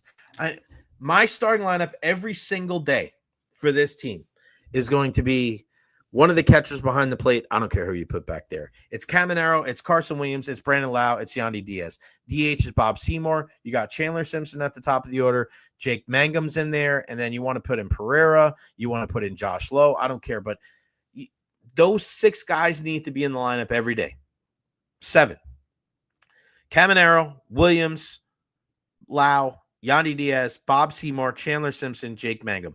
Those 7 guys need to be in the lineup every single day. Don't take them out. Go for it. Sprint to the finish line. I was so pissed off the other night when the Rays were down 10-2 in the 5th inning, and they're taking out Brandon Lau and Yandy Diaz. Like, what are we doing? Go for it. Go for it. Drew Rasmussen, I didn't think threw the ball terrible last night, but I mean, obviously the Yankees continue to just hit home run after home run after home run. Pete Fairbanks let the team down in a big way. When it goes wrong for Pete Fairbanks, it goes terribly wrong. And we saw that again last night. And you got to be able to listen. You come up with the hit, you're down 2 instead of 3. You get runners on second and third with nobody out. And you have Chandler Simpson, Yandy Diaz, and Brandon Lau coming up to the plate. 1, 2, 3, 1, 2, 3, 1, 2, 3. 3 strikeouts. Devin Williams, who struggled big time this year, strikes out those 3 guys, and the game's over. That's just been a microcosm of the entire season. You look at right now where we're at with the Tampa Bay Rays. Does it look like they're going to make the playoffs? No. A lot of teams lost last night. They could have been able to make some ground. They're 12.5 out of the American League East. That ain't happening. They're 6.5 out of the 3rd wild card. My God, 6.5. And right now they sit at 61 and 66. So 127 games played this year. They have 35 games left. I mean, they're going to have to go like 30-5. I mean, 25-50. I mean, it's just, it's rough, man. And you're going to have to hope that some of these teams falter down the stretch. But again, for all those people all the time, oh, run differential. Watch out for run differential. The Rays are plus 27. They're 6.5 games out of a wild card spot. They're 5 games under 500. Run differential doesn't mean jack shit. It's a fun stat to look at. It's no indication whatsoever if a team's good or not. 0. Cleveland's 3 out. They're 3.5 games ahead of the Rays. They're minus 34 with their run differential. Who cares? It doesn't matter at all.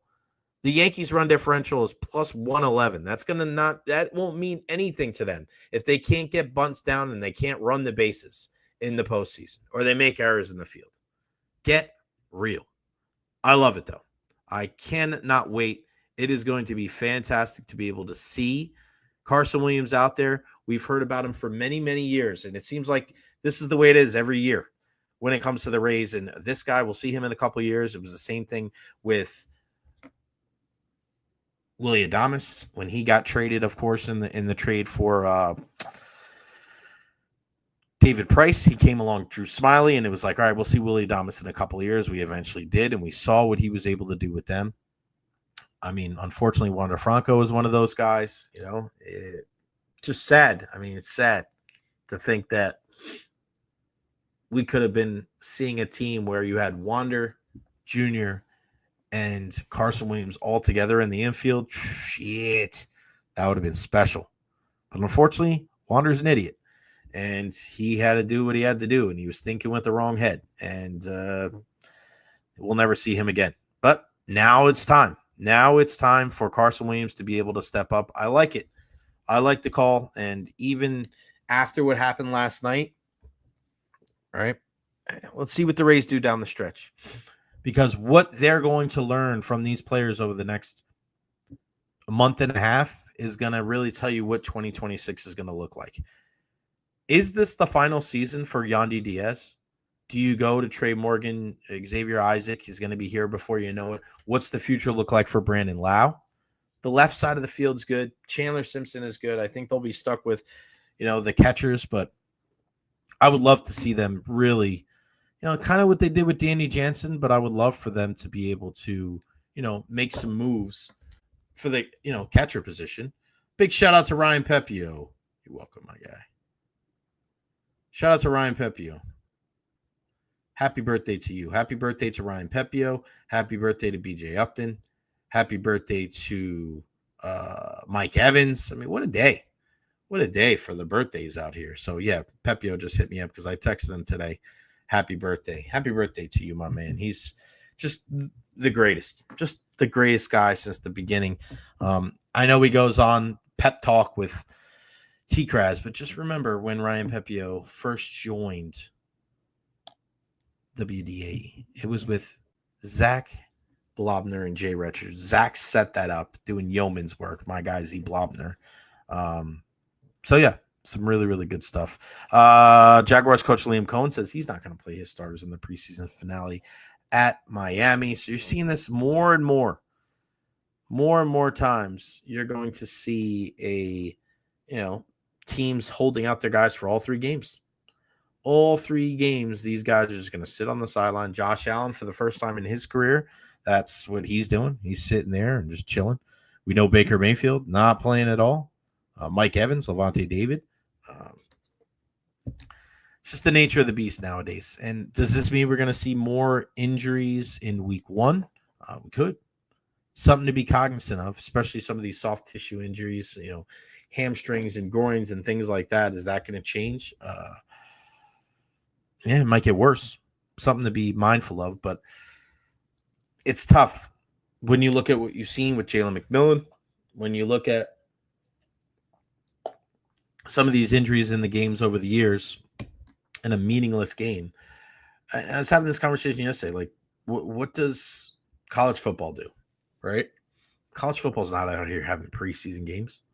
Right? You have like a jamboree for high school football where you might do a scrimmage, like Chamberlain had a scrimmage last Friday against Wharton. Like, you could do that, but having real games, like, I don't know, that's kind of weird. It's kind of weird to me that they still do that. But it all comes down to the almighty dollar. They're not going to give that up until they are able to take that game, right, and move it to the regular season. Just the way it goes, man. Those games, they're not going to lose out on games. The NFL's, they're never in the business of, let's give money back. Let's give money back. Hell no. They're going to eventually get to a point where it's going to be a 20-game NFL season. Maybe they add another bye week, maybe. But there's no guarantee there. The only guarantee is that the NFL is going to operate the only way they know how, and that's trying to put money in their pocket. That's never going to change. All right, let's bring him in. It's our pal Scott Carter, FloridaGators.com. First and foremost, thank you for coming on. And Greg Allman told me to tell you to say hello. We have some fun chats when we get to $1 every day. And I'm like, hey, got Scott Carter coming on. He's like, oh man. He was like, I was up in Gainesville. Now give me some dirt I can use on Greg Allman. He seems to be the guy that either picks you up when you're drunk late at the bar, or the guy that at the bar for the trivia contest, he knows like the capital of Bangladesh or something obtuse like that. What was Greg Allman like in college? You know, Greg, he worked at the Alligator. He was more involved than I was, but I remember Greg there. And my first impression of him was like, this guy's just a workhorse, man. I mean, he was everywhere. He covered everything. And obviously, there was a little stint there, believe it or not, Jay, in my newspaper career where I came back to Tampa and we were both covering USF for about 8 or 9 months at the same time. So, and Greg's, he's a very, very good reporter, just very good on the internet. He's probably one of those sports writers who figured out the internet before a lot of other newspaper sports writers did. And I think that's obviously helped him in his career. Yeah, and he interacts with people in a way that's like, he interacts with so many people. I'm like, dude, I don't know how you deal with some of these knuckleheads, because Scott, it's easy for me. I could just turn the computer off. I have no problem just ignoring people, and people will still throw. And it's tough, right? Like, it's a new age with this media where you want to interact. You want to like grow the brand. You want people to see what you're writing on FloridaGators.com. But man, there's just like anything. There's some real perils of social media. Yeah, there's so many more of them than there are of you, right? That's number one. Number two, there's also, there's this social media world that we all spend a lot of time in. But there's also this thing out there called the real world. Oh, yeah. I actually like to visit the real world still. I mean, a lot of people, it seems, don't really like to visit the real world. I'm one of those people that actually enjoy the real world. But notice how you said visit it. We can't live in the real world anymore. Just like, I'm just going to dip our toe in the real world and dip our phone off. Yeah, man. I feel you, man. I get it. And I try to do the best I can, but I guarantee you I'm not as good at it as Greg or some other guys who are online more than I am. Yeah, they're all over it. Before we talk Gators, I want to ask you about a former Gator. I mean, Desmond Watson has been such a huge story this year, Scott. I mean, I posted a video of him about a month ago walking barefoot around the practice field, and it was lap 4 of probably 10 or 11. And, he's just sitting at practice every day. He's not doing too much. We obviously from down here in the Tampa area, and we watched him last year, and he just obviously sticks out. He's a giant among giants. But as far as the weight goes, what was that like type of conversation? What was it, a real focal point for Billy and the crew there to get the weight down, or were they just kind of making the most of the situation? Like, what was it there? No, there was a real emphasis for him to get the weight down so he could be more effective and also just be more healthier. I mean, it's not healthy to carry that much weight. And although he's got a big frame that's suitable for the NFL, it's not a frame. I don't know if many frames are supposed to hold 450, 470 pounds. And, he got here, I think he was about 415 when Mullen was here, and it was a storyline right away. I think he got up to like 464 by his last year. But now there were periods there where he would drop 30, 40 pounds, but then he would put it back on. And I think it's something that has just been an issue for him all of his life. And I'm a little concerned about whether or not he ever plays football again. Right. Because you know how this works. I mean, here at Florida, and I'm sure with the Bucs, they have nutritionists, they have strength and conditioning. He's got all the resources that you need to really do what he needs to do. And hey, as somebody who likes sometimes to eat 2 burgers instead of 1, I get it, man. Yeah. I can relate. But he's only going to get this opportunity one time in your life, and it'd be great if he could cash in a little bit on it. Yeah, no doubt about it, man, because he has all, like you said, all the tools at his disposal. I mean, if he gets cut, like if the Bucs just wipe their hands from him, what is he doing? Yeah. He's going home. He's sitting on the couch. Like, he's not going to be out there in the heat every day. He's not going to be pushing himself. And it just seems like it's hard to tell because we only see him like sparingly. And I hope he's making the most of the opportunity for the player. I mean, for the person more than the player. Local kid, Armwood, like, we know the guy. We've seen him for a very long time.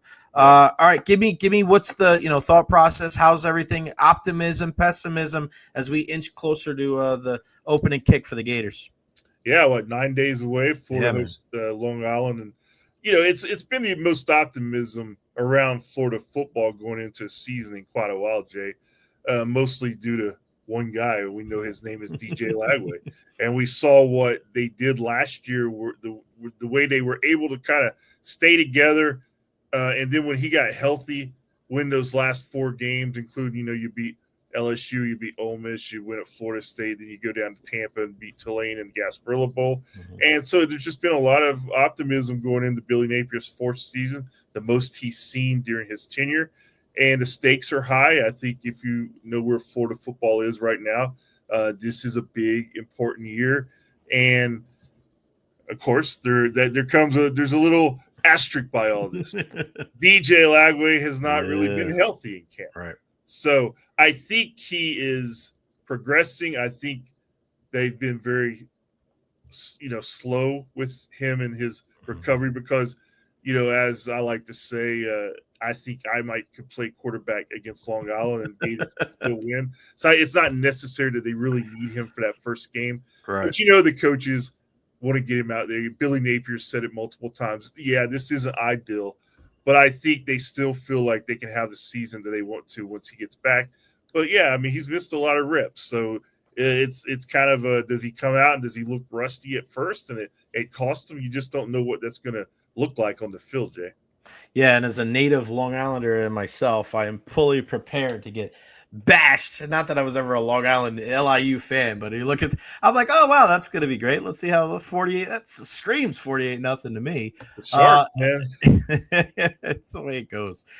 We obviously looking at it from the USF perspective down here because they have the craziest first 3 games ever playing, Boise State and the Gators and the Hurricanes, and what is from the Florida perspective the belief in USF? I mean, when they're looking at the Bulls, I mean, obviously the USF side, they're going to build it up. We got a chance. Byron Brown's back. He's healthy. But I also heard somebody like 2 weeks ago, Florida better be careful. It could be a trap game. I mean, it's obviously not one of the Murderers Row SEC games, but how is Florida kind of viewing that matchup with South Florida?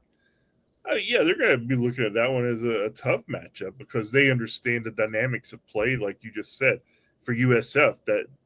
That's kind of if they can come up here and beat Florida, oh man, it's kind of like when they went up and beat Florida State back in 9. I mean, I just remember the buzz, and although that it's been a long time ago and things have changed a lot, they're looking to recapture that with the new coaching staff, and this guy can coach from what I can tell. I think they are in the best position as a program in a while. I think some foundation that's set there that maybe hasn't been there. You mentioned Byron Brown. I think he's a really interesting prospect. So, yeah, for Florida, that is the last game of a 4-game stretch at LSU, at Miami, home against Texas, and then A&M. So, I mean, that's a brutal stretch. So that game is very important for Florida. And then you also have to remember, we don't know what the Long Island game is going to look like in terms of the quarterback position. Right. So, if DJ Lagway plays against Long Island, there's maybe less concern from at least the fan base. I know the coaches are looking at USF as if they're the Giants, New York Giants, but that's just the way it works. But, yeah, it's a big game. You can't overlook USF. I think Bulls got something going. How is Billy and the staff and just kind of the crew looking at this? Again, we looked at it last year. I'm like, I don't know what this record is going to be. We got to like halfway through the season. I'm like, this could be really bad for the Gators. And you look at it again, especially you add Texas and you add Oklahoma to the SEC a couple of years ago, and it's just, man, like what is going to be considered a successful? I don't want to even say successful, but what will be an acceptable season to the Gators fan base this year for Billy and the crew? Well, the expectations are definitely higher than they've been in Billy's time. And, the college playoff has expanded now to 12 teams. Here it is in its, 12th season since 2014. And the Gators have yet to crack the code to that. And if you told me that when it started, that would have blown my mind. but it's true. I didn't even realize. Wow, man. Yeah, I mean, that's crazy to think. Yeah. So, you know, Wow. that's where the program is. It's had a lot of ups and downs over the last decade and a half. And I think most people, if it looks good, Jay, and they win 8 games, they're probably going to be okay. But I mean, what happened last year where it went sideways so fast was those losses to Miami and Texas A&M home. They were just ugly. Yeah, man. And, you know, I don't know if you saw the Netflix special that recently came out on the Gators, and you know they captured Billy Napier in the locker room after the A&M loss, and you know it was a scene of dejection. And he pulled the team together and said, "Look, guys, this is all on me. We weren't ready." And you know, you've been around, you know how this goes. It goes one of two ways: either the team just kind of frazzles and divides and it falls apart completely, or they find some common connection and glue. And that was DJ Lagway once he got in there and took over. And for them to go 8-5 last year, it was hard to see when they were 1-2. But I think the key this year, Jay, is just to at least hit that 8-win mark so you're not talking about regression. And maybe this is the year they can win 9 or 10 and sneak in. We don't know. It's going to be very hard. Yeah. Sorry, I was trying to look up the schedule here for last year because that Florida A&M game last year, I think that was the drive where it was a 99-yard drive. Was I mistaken? I think against Texas A&M. I think it was against Texas A&M where I'm watching this game and I'm like, here's the Florida Gators. They're coming back. Here we go. And then Texas A&M just literally ran the ball 99 yards down the field. And I go, they're not in the game. And then you look at the game against Ole Miss and you're like, how the hell did they win that game? It was like Jackson Dart. And then, you know, obviously my family being Giants fan, they're like, what do you think of Jackson Dart? I go, I don't know, but I have this memory in my head of Jackson Dart just pooping all over himself against the Gators. Like there's still doubters out there, right, Scott, when it comes to Billy Napier? I mean, I feel like Billy's kind of in a similar spot to a guy like Todd Bowles where it's like, all right, well, there's improvement, but the jury's not completely out, but I don't think it's completely set where everybody's fully behind him. Is that fair to say? I think so. I mean, I think that's just the nature of coaching. You know, there were probably some Bill Belichick doubters after his 6th Super Bowl. But in this case, in all fairness, I mean, Billy, you know, it has been an up and down tenure, and he understands that. But I think if you've watched him or listened to him this fall in camp, it's the most confident we've seen him. It's the most that he's really kind of challenged his team in a public way. Like they're not backing down from the high expectations. So that tells me he likes this roster. I think he thinks it's his best team. Certainly from what I've seen and just looking at the roster and watching these guys at practice, the players, I mean, are bigger, they're faster. It looks like a whole different kind of program than it was when he got here in 2021. When they really were in need of just kind of an injection of new talent and kind of what you're expecting the SEC. I think they dropped off a little bit there. So I think everything is where it needs to be if DJ Lagway is healthy.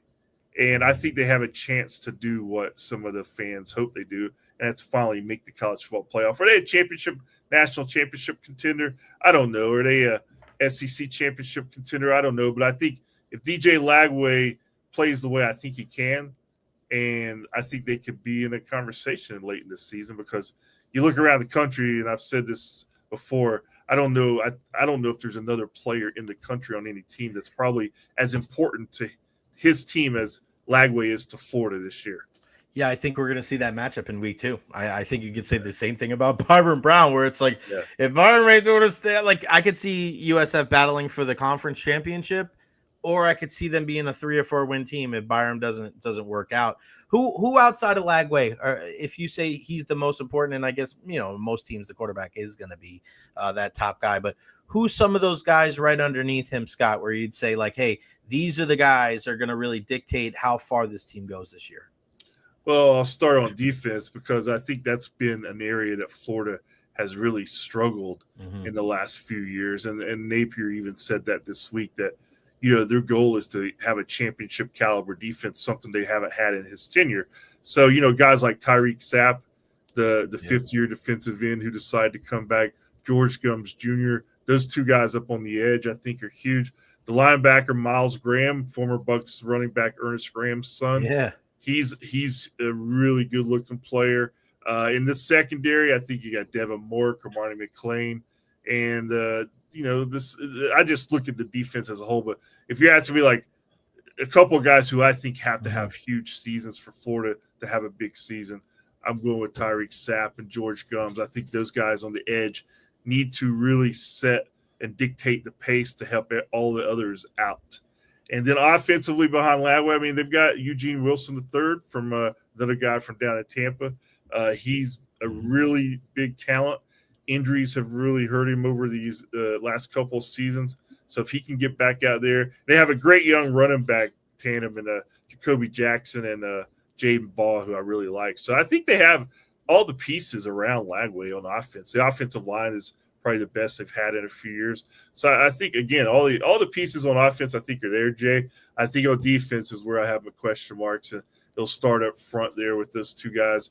If they have big seasons, I think it makes everybody else's job on defense a lot easier. I want to ask you about another former Gator, and Anthony Richardson. And I remember seeing him years ago against USF, and I'm just like, this guy was carved out of granite. Yeah. But you just wanted to be able to see him be more accurate with the football. We knew they had that long touchdown run. It was like, this guy's gonna, if he could figure it out throwing the football, he's gonna be amazing. But we never saw it really. And then he gets drafted in the top 5 by Indianapolis, and now he can't even beat out Daniel Jones, who. I mean, Daniel Jones sometimes can't hit water if he fell out of a boat. So, I mean, I don't know what that says about Anthony Richardson, but are you surprised that Richardson's career really hasn't taken off at the pro level, especially working in a place like Indianapolis where he's got a guy in Shane Steichen that worked with Jalen Hurts so closely to go to the Super Bowl a couple of years ago? Yeah. Jay, I wish I could say I am, but in a way I'm not. And that's only – Anthony is such a raw – physical talent. I remember first meeting him in December 2019 when he first was getting ready to enroll at Florida. I went over to a local hotel here to meet up with him and his mom for a kind of a takeout story. And I'm like, man, this guy is only 17. And I mean, he was so impressive physically. Right. But yet when he got out there on the field, we could all see he has this elite playmaking ability. But then there would be the inconsistency. And you just felt like he really could have used another year in college before going to the draft. But I get totally, if I was in his shoes, I would have gone too to make sure I got that payday.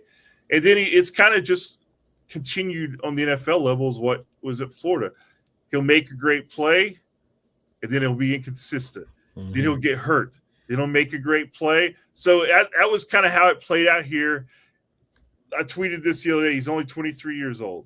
So there's still plenty of time for him to establish himself in that league. And, I mean, if he ever does, and if the light ever goes off, man, that guy could be – I mean, when I think – world beater. I mean, he's in the Cam Newton, Dante Culpepper, big body, unbelievable athlete quarterback. Scott, before I let you go, I want to answer this question because we've seen it recently where – Jimbo Fisher was talking about, like, my Florida State team is the most dominant team ever. And I'm just like, I don't know about that, whatever. And you look at the Miami teams, right, late 90s, early 2000s, they have all of these NFL. And I wonder if you had to submit one of the Gator national championship teams, which one would you submit and say this was the team that I would put up against them? Because full transparency, I moved here in 2005. And as a kid that I grew up, like I grew up growing up on Long Island, college football wasn't huge, but I liked Florida State because Charlie Ward played for the Knicks. So I was like, I'll cheer for Florida State. Why the hell not? But when I moved down here, one of my best friends was a Gator fan. So I was all in on those teams, and I watched every single game, and I was blown away with the ability that Urban Meyer had to utilize 2 quarterbacks. I still, to this day, don't know if I've ever seen in my 40 years on this earth, I don't know if I've ever seen a head coach utilized 2 quarterbacks better than what he was able to do with Chris Leak and Tim Tebow. Like, they knew exactly what they were doing. Every time Tebow went in, he made the right play, and then you get Leak in there. It was just insane. But then, obviously, a couple of years later, it's his show, and and he's one of the greatest college football players of all time. So is it one of those two teams? Is it the 96 team? Which team would you hang your hat on? If I had to hang my hat on, boy, that's a good question because I love the 96 team. That's the first one. And I was I connected with some of that team in a different way than the 08 team. But I'm probably going to go with the 08 team just because there's something that Tebow brought that is you can't really define on a roster or on a video. He just brought some kind of belief to the team. He had a willpower. He was a great player. Then you have Brandon Spikes and, who else? Joe Hayden, Ahmad Black. I mean, Pouncies. They were just loaded. I mean, so I'm probably leaning with that 08 team over the 06 team, which you mentioned with the great 2-quarterback system. I think that with Florida's 3 national championship teams, I'd rank that one third.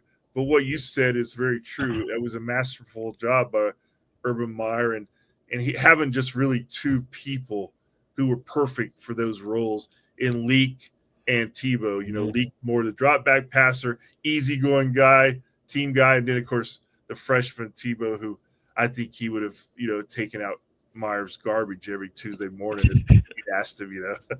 It's funny because I feel like you're right. That might be the worst of the team, but I feel like that 06 team may have been able to beat any team ever, just the matchup wise. Like, I don't know if people had answers for him. And again, with that later group of I think Percy Harvin, when people ask me who's the greatest college football player you've ever seen, most electric, and Percy Harvin was a guy who touched the football. It didn't matter. Like, he was going to probably score a touchdown. And it was great. Jeff Demps and Rainey and all those guys. Before I let you go, I want to ask you real quick about Tebow because, again, I find myself often in the Tim Tebow defender category, right? I'm not a Gator, but people always want to go to, you either have the people say, well, he was a good quarterback, he didn't get opportunities, and look what he was able to do with the Broncos. And the other people say, man, his completion percentage was terrible. They ended up trying to move him in a position. I don't like talking about his pro career. College football wise, outside of the obvious, Scott, when people say, what really defined the greatness of Tim Tebow? What made him so special? What was the secret sauce? What do you say to people? It goes back to a little bit what I just said, that willpower, that toughness, that belief that we're going to do this. I'm going to do this. His willingness to do whatever it took. I mean, whether it was throw the ball 35 times or run the ball 20 times. And he didn't care. I mean, he just loved, he played with a passion that I don't think you see much in any sport anymore. And that's the thing that I think I loved about him most. When I was watching him, even in college, I knew he was an excellent player, but I never thought he was the greatest player I've ever seen. But when you add all those other things, I think he's the most impactful college football player I've ever seen.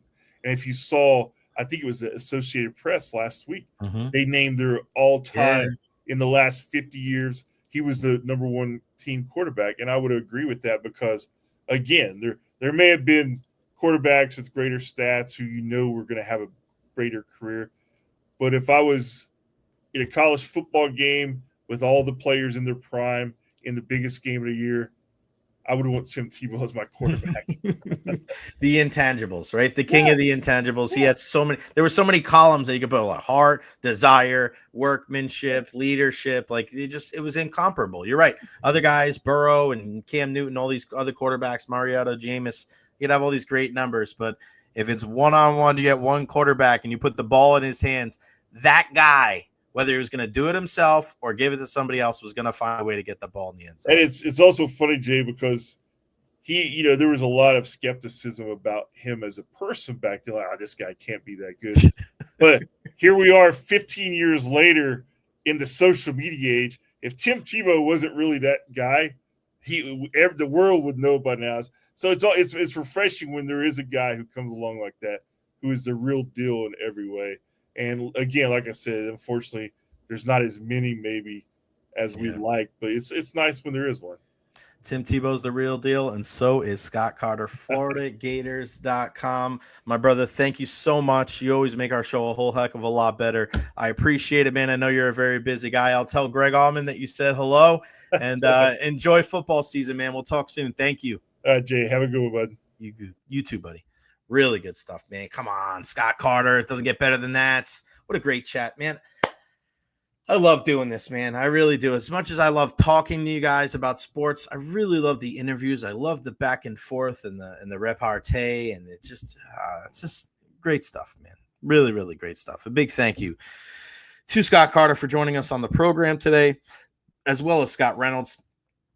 It's Scott Day here on the program. What a fun day. What a fun day. I know Martin Grammatics is going to join us on the program at 12:30. I'm going to try to reach out to Mark Ogden from ESPN to see if he wants to talk some Manchester United because, we're starting the season in the Premier League, see what he has to say. And we'll go from there, man. Very, very excited about everything going on. Man, I can't thank you guys enough. And, of course, the Super Chats. Chan, Carlos, you guys are the greatest. Please, guys, that's the way we're going to keep this thing rolling is by the Super Chats. 1, 2, 5, 10, 20, whatever you guys can do. And also our sponsors. If you want to sponsor, hit me up, slide up in the DMs. But, of course, support our guy, Honest Hammer, 813-244-0956. You guys are the best. It's been a wonderful day here on the program. And, again, tomorrow, Martin Grammatica is going to join us at 12:30 tomorrow, one of the top 50 Buccaneers of all time. All right. Follow me on all social media. Again, Facebook, YouTube, Twitter, Twitch, TikTok, Instagram. Like and subscribe on YouTube. Hit that notifications bell so you know when we go live. That's going to do it for me. We'll see you tomorrow at noon right here on the Jay Recher Podcast. I'm going. Peace out.